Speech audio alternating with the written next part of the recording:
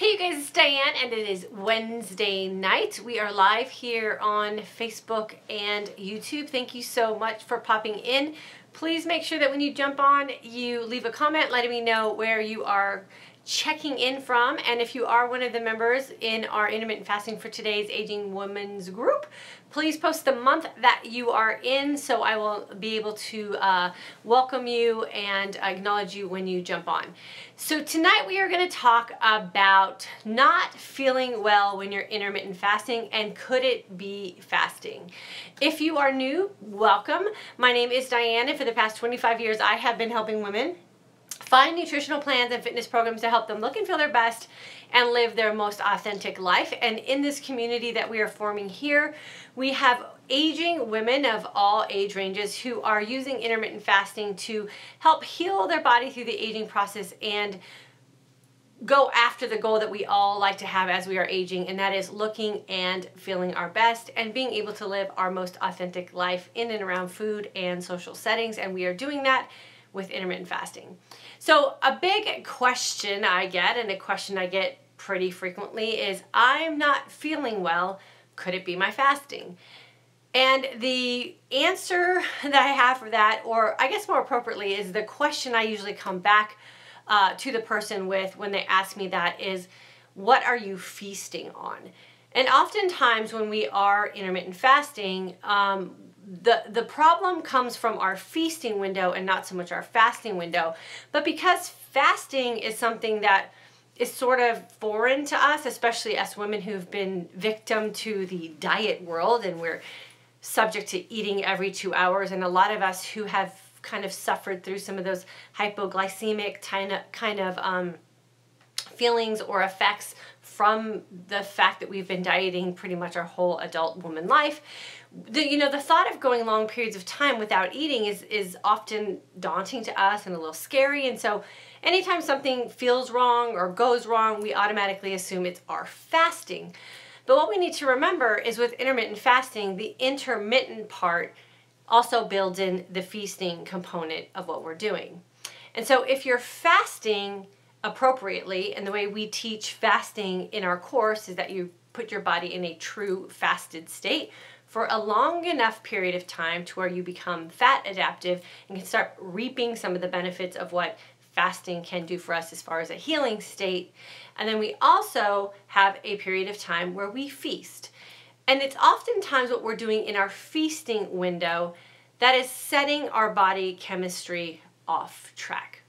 It could be food intolerances, it could be overeating, the fear of closing out our feasting window too soon and feeding our bodies when we're not getting the signals that we need to eat, and that we're actually getting the signals that we're satisfied and full, but we push that envelope a little bit too far and sort of force feed ourselves out of fear of what our fasting window is going to look like tomorrow.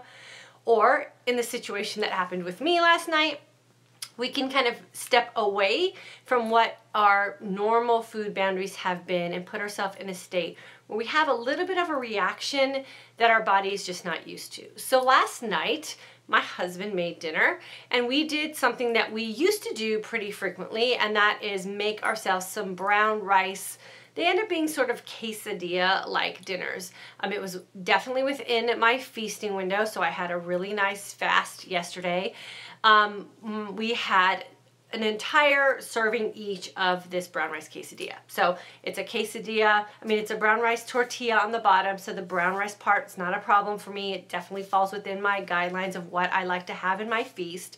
We put some manchego cheese on top of it. Again, that's a cheese that totally falls within my dairy guidelines. I don't have any sort of dairy reactions or sensitivities to that particular type of cheese. We put some meat on top of it, and we put a little bit of spinach, a little nice layer of cheese, another brown rice tortilla on the top. We browned it or sort of grilled it in some avocado oil. Again, definitely within my food boundaries. We had half of an avocado each. We had dinner. I felt great. That totally closed out my feast for the night, all within my boundaries of my fasting and my feasting for yesterday. Started feeling a little bit off late last night. Woke up this morning in a really bad mood and feeling like I had what I used to call a food hangover. So I felt very drained. My body felt really bloated. I felt like I was just like overloaded with food. And so I did what I teach all of my students to do, and I sort of recapped the day before. And I thought, what did I do yesterday to make myself feel so bad today? And I go immediately to the feast because I'm really confident in what my fasting is doing for me because I understand the science and the chemistry behind what fasting does. I've reaped the benefits of it. So my fast, as long as I'm in a true fasted state, is never an area that I question. It's always my feast because that's the area where I and a lot of people can get themselves tripped up and then not realize that being in a true fasted state and really getting good fasting experience, that your body will always trust you in that state. It's generally where we feast and we kind of mess ourselves up. So when I read the package of what we feasted on yesterday, I counted up the carbs for those 2 tortillas. Remember, we had one on the bottom and one on the top. And there was a total of 104 carb grams in that one little meal that we had. Everything else I ate for the day was fine. I did my break fast shake, which is totally loaded with fat. Everything was fine. It was just that one meal with the overload of carbs that really sent my body chemistry off. I felt it last night, and then I woke up to that feeling that I used to have pretty regularly, but I never really knew what it was before I started fasting well, and I call it the carb hangover. And so I was just inundated with carbs, and my body couldn't process them, and I went right back into that sugar burning body, which is not a good feeling for me now that I know and have experienced what it feels like to be a fat burning body. So when I feel that way, the question I always ask myself is, I'm not feeling well today. Could it be my feast? And if you really change your direction to the area that you have the most opportunity to make a food mistake, which is your feasting window, you'll usually be able to find the answer to what it is that you're feeling and connect it to the food that you feasted on. So as long as you're fasting in a true fasted state and you're fasting for a really decent amount of time, that should keep you in that feeling of fat adaptation and what we eventually call the energized sense of calm that you get when you're really dialed into your fasting window consistently. And if you're keeping a food journal or a log of what you're putting in your feasting window, it's usually pretty easy to identify where you might have made a little bit of a slip up that could send those feelings backwards. My advice when that happens, and what I did today, was I immediately decided I was going to have a very long and clean fast today. So I took the stevia out of my coffee. I had a cup of coffee, no stevia in it. I drank plenty of mineralized water today. I fasted for 22 hours, so I always suggest a really long fast to just burn through all of those carbs that you have in your body or all of those food mistakes that you have sort of in your system. I did that today. I had a very clean dinner tonight of some baked chicken and some kale and an avocado. So we took all the carbs out for dinner tonight. I had my break fast shake this evening. I only had a 3-hour feasting window today. I'm already feeling better, and I know for a fact tomorrow morning that I will wake up right back into that fat adaptive feeling and that energized sense of calm, and will probably wake up hungry tomorrow. And I think that was the first indication that I had this morning, was that I woke up feeling full. And I know a lot of women panic when they wake up feeling hungry. And waking up hungry to me is the sensation that I did everything right the day before, that my body is primed and ready to be in a fat adaptive state, and that I will keep burning that fat energy that I like to have throughout the day. And so I didn't feel that this morning, so I knew I did something wrong yesterday, along with my carb hangover that I felt this morning. And now I'm feeling great, and I know tomorrow morning I will wake up feeling hungry again, which will just be that indication and that signal that my body's sending me that I corrected very quickly and I'm right back on track. So if you're struggling with intermittent fasting, you might want to think about what it is you're doing in that feasting window and make sure that you're fasting in a true fasted state. If you're waking up in the morning and you're not feeling well, it's generally what you feasted on. make sure that you're tracking what you're doing in a food log or some sort of diary so that you can go back and reevaluate what it was that you had. If you can, go back and read some food labels, see what it was that maybe got entered into your food system that might have just put you off track. I have been very carb conscious probably the last 6 weeks or so, and I've been keeping my carbs very low, cutting out all unnecessary carbs. And so last night was just that thing that threw me over the edge because my carb intake for the day has just naturally fallen very low. I don't count anything or don't really track anything. I'm just very conscious of the carbohydrates that I put in my body.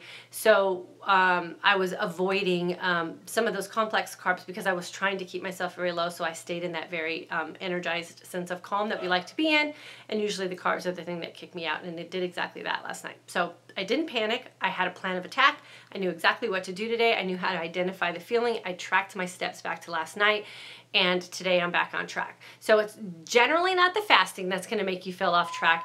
It's more likely going to be the feasting, and you want to make sure that you are in line and with what you're doing in your feasting window, keeping a good log of it so you can go back and retrace your steps and then make the necessary corrections. And then my best advice is don't panic and beat yourself up over it. Have a good exit plan and a good strategy to get yourself back on track. And like I always say, fast it away the next day, and then you'll be right back to where you were before you started feeling bad. So I'm going to go in really quickly. I'm going to answer some really quick questions. Tonight is our night, our family night, so this is going to be a quick broadcast tonight. I'm going to be out of here in about 15 minutes, so I'm going to answer as many questions as I can, and then I'll say goodnight to you guys. So Brown Eyes, good evening. Janet, hello. Jan from Scotland, welcome. DS, June 1st group, did 24-hour fasting and feel awesome and lost 8 pounds, several inches all over. That's awesome. June 1st, it's July 1st, so it's the, what's today's date? 19th. That's awesome work.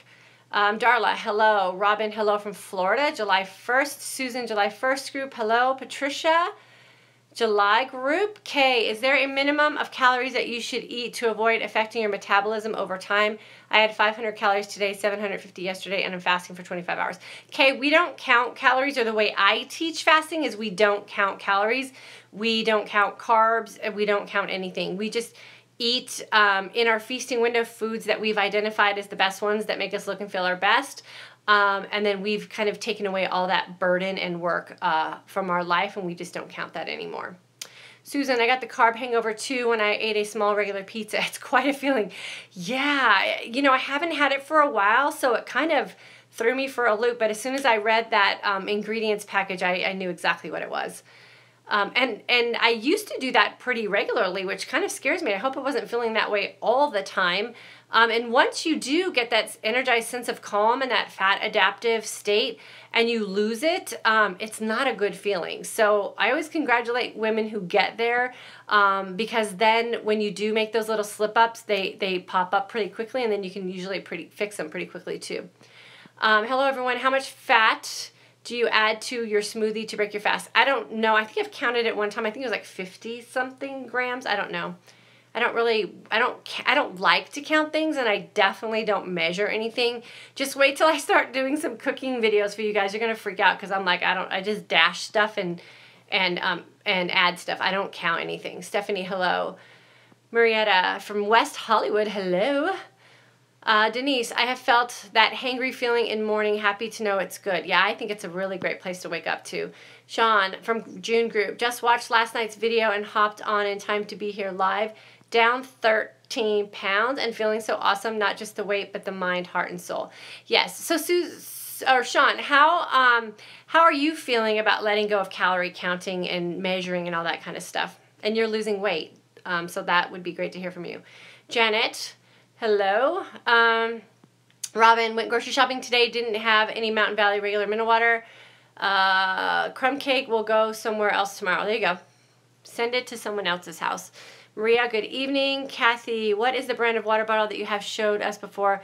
The one that keeps the water really cold all day. Like, Kathy, email me and I'll send you a link of where to go get it. Essence, is IF okay for breastfeeding mothers? My daughter's 1 year old. No, they don't suggest it because you need to have an even balance of nutrients in your body. But as soon as you're done breastfeeding, I think it would be really good for you to get your hormones balanced back out. Stella, good evening. First time watching, found out about intermittent fasting today. Awesome. Stella, let us know when you're ready to jump on board. We have a really nice course that'll help you avoid a lot of the common mistakes. Janet, Shakeology Fat Shake is awesome. Need to do some tweaking, turning out pretty thick. Okay, Janet, email me and I'll give you some tips on that. Cynthia, good evening. Jan, eczema has flared up after years of clear. Could this be a food intolerance? Yeah, and I just had a conference call with someone today who said her eczema is going away. So it could be something you still have in your feasting window. So again, keep a good log and track it. Sean, it's so freeing and surprisingly easy after I got my groove. 24 and occasional dinner to dinner. Good job. Darla, how does autophagy and antioxidants differ? Well, autophagy is your body's own healing system. And antioxidants are, I think, what you put in your system. So autophagy is your body's own system of cleaning out damaged cells. Okay, Kara's here, my husband's here. Jessica, hello from Ohio. Crystal's here, Shayla's here, Cheryl. Hey, Lady Di, July group, and loving it. So my nickname used to be Lady Di. Now Cheryl calls me that, and I absolutely love it. Laura, let's see. Does it help if you ate fairly clean prior to moving into IF? It helps if you cut out all unnecessary carbs before going to intermittent fasting. So it helps you kind of burn through those carbs a lot faster, and so you'll get into that fat adaptive state a lot easier. So it helps you get through your fasting window with less discomfort, I guess I would say. Sheila, I appreciate your committed. Oh, thank you. Connelly's here. Paula, hello from all Southwest Washington. Martina, hi everyone. Early July group here. This is very timely. Had a yucky afternoon today for some reason. Ate a great dinner and felt better. Yeah, it's a quick turnaround, thank goodness. I think because our body's wanting to get back to that good feeling. So identify it, have a plan, and then execute is what I say is the best way to get out of it.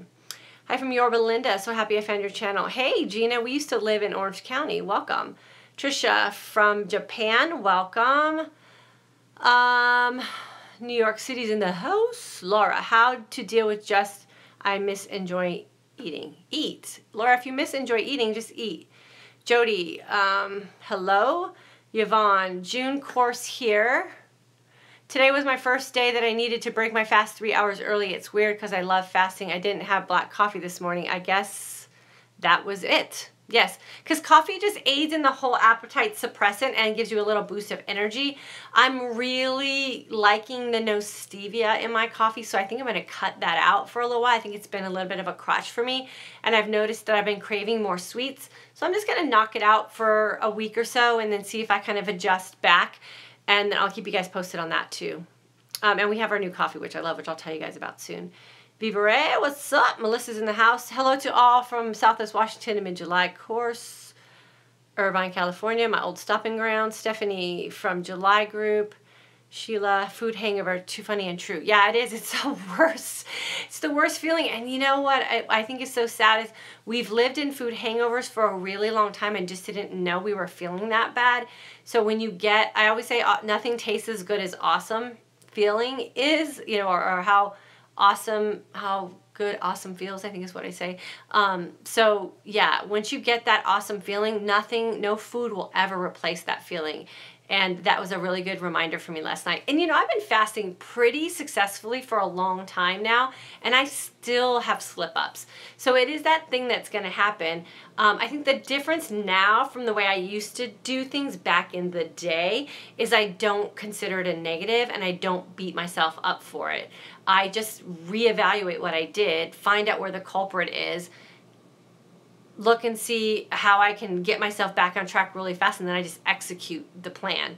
And fasting for a really long time and having a really clean, no-carb dinner, that end of your fast of your next day will knock you right back into where you need to be. I feel like that when I have a banana now. Yeah, it's the same feeling. You know, bananas are so high in carbs, and sugar, the sugar part of it just goes straight to my head. I've cut bananas out completely. I used to do just like this much. I don't do it all anymore, and I feel so much better. Joy, hello. Laura, will you eat when you wake up hungry tomorrow? No. When I wake up hungry tomorrow, I fast. I'm going to fast till 4 tomorrow. I ended my fast tonight at 7, so that'll be 21 or 22 hours. I can't wait. I won't eat at all. What fats do you add to your shake? All kinds. I don't want to list them all right here. Chicago's in the house. Gail, Western Australia. My Australia girls are on it. Good for you for prioritizing family night. Yeah, we're going to be out of here soon. We're watching some pool show because we're getting our backyard done soon. Mary, enjoyed your talk today. Thanks so much for all you do. Oh, Mary, I enjoyed talking to you too. It was great. Chips at the Mexican restaurant doesn't give you a carb hangover? No, for some reason they don't. I don't know why. Maybe because of the intense amount of guacamole I put on them. I don't know. But I don't ever get a food hangover from chips. But man, that brown rice wrap killed me. Kathleen's here. Yesterday during my feast, I knowingly decided to eat some of my favorite fruit, mango. Everything else I ate was totally nutrient full and low carbs. So did you feel it? Did you feel the effects of that? This is Jan from Tennessee, loving the info on these videos. Been incorporating these strategies in my life as a 58-year-old, loving the way I feel. Good. Join the August group. Awesome. Can't wait to have you in the August group. It's going to be great. Connolly, feeling good. Need to go back and get through all of my videos. So much knowledge, but averaging 18-hour fast. Awesome. Stephanie, please spill the beans on the coffee soon. I will.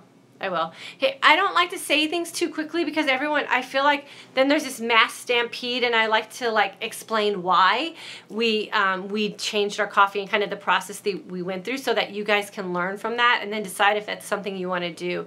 I don't want you guys to just feel like you have to jump and buy something without a little bit of background history.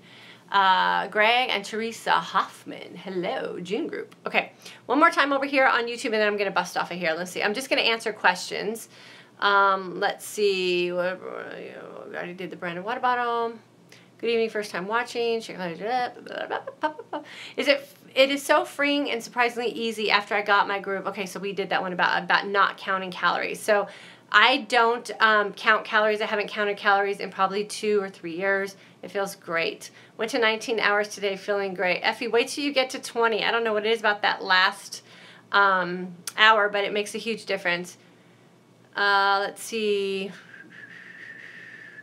Ripple milk. It's amazing how you realize how good you feel when you feel bad. People don't realize that they feel bad always. I know, we used to be part of that group, and we're not part of that group anymore, so that's a great thing. Hi, Di, going back to spin tomorrow. Is it okay to drink mineral water while spinning? I don't know why not. You probably just burp a little bit. Speaking of burping, anybody drink this one? I think it's a German mineral water. This is the first one I've tried. I always like to try them so I can see what they taste like. I don't think I'll ever drink this one again. Oh my gosh, I'm so burpy. I don't like it. I think there's more carbonation there or something. The journaling really works. I know why I crash now. Yeah, the journaling is key. I journal for everything. So I journal when I start a fitness journey, and I journal all my food stuff. That's the only way that you can really identify when food is an intolerance to you. We have so many combinations of things going on in our day that it's hard to kind of retrace our steps unless we're journaling it. And the other great thing about journaling is this. Life happens, right? Something will happen in the course of you being an intermittent faster that might take you off track, and it might take you out of your fasting environment. And then when you go to jump back in, if you have a fasting journal that you've been utilizing to track your foods and how you're feeling and what it was like to go through the process of going from a sugar burner to a fat burner, all of that stuff will be a good way for you to prove that whatever you're going to go through to change is worth it. And you'll have a plan of attack, right? You'll know exactly what you did to get a certain feeling. And so I say journal as much as you can, any sort of change that you're incorporating in your life, so that you can go back and use it for later. It's also good for now so that you can kind of track what it is you're doing. So if you're having a day that you're feeling off, you have a record of what you were doing so you don't repeat it. And then when you have those days where you feel absolutely amazing, you can go back and you can repeat those types of days too.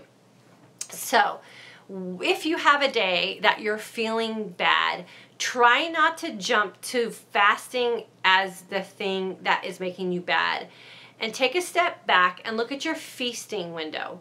What did you do in your feasting window that caused some sort of reaction in your body?